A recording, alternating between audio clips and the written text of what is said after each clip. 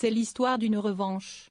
En juillet, le Rassemblement national, RN, avait été évincé de tout poste à responsabilité au sein de l'Assemblée nationale.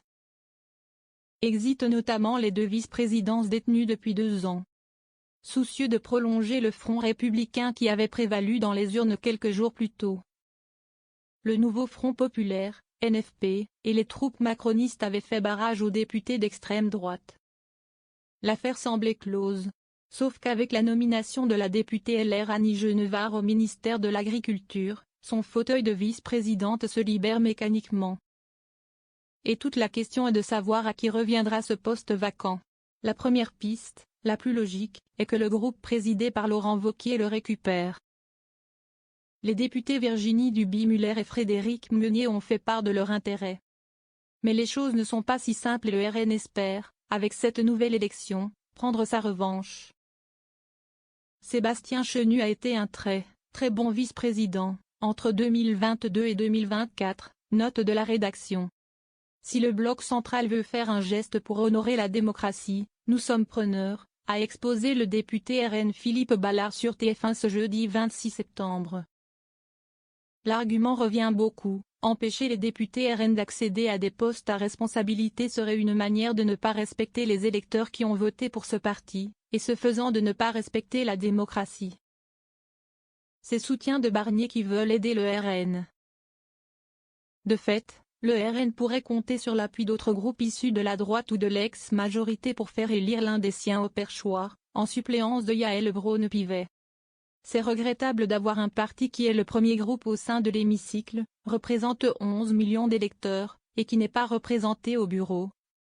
A ainsi déclaré le président du groupe Horizon Laure Marcangeli le 24 septembre sur LCP. Même position pour le député LR Philippe Juvin, je pense que c'est une erreur que le RN ne soit pas présent dans les instances de l'Assemblée nationale. A-t-il exprimé sur la même chaîne. Se déclarant choqué par la situation, l'urgentiste a expliqué vouloir corriger cette erreur. Ce poste doit revenir au RN. Nos concitoyens ont été choqués que le parti de Marine Le Pen soit évincé, juge aussi la députée LR Émilie Bonivard dans Le Figaro. Du côté du NFP, arrivé en tête aux élections législatives, la position reste inchangée. Il faut continuer à maintenir le barrage républicain, a martelé le député Génération Milieu S Benjamin Lucas sur LCP. Selon lui, il faut maintenir cette dignité démocratique et républicaine des Français ici à l'Assemblée nationale. Le NFP présentera bien un candidat pour remplacer Annie Genevard. Pour autant, le barrage républicain fonctionnera-t-il une deuxième fois? Rien n'est moins sûr.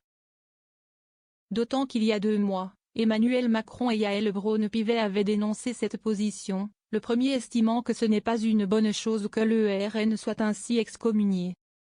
Pire, la situation politique instable a, un peu, évolué depuis cet été. Le Premier ministre en place ne tient qu'au bon vouloir du RN. Le jour où le groupe de Marine Le Pen décide de voter la censure, alors Michel Barnier tombe. Il le sait, et multiplie les attentions et les excuses à l'égard de la leader d'extrême droite. Pour ne pas froisser une potentielle opposante gênante, aura-t-il intérêt à inciter ses troupes à faire élire un vice-président RN? Réponse dans les prochains jours.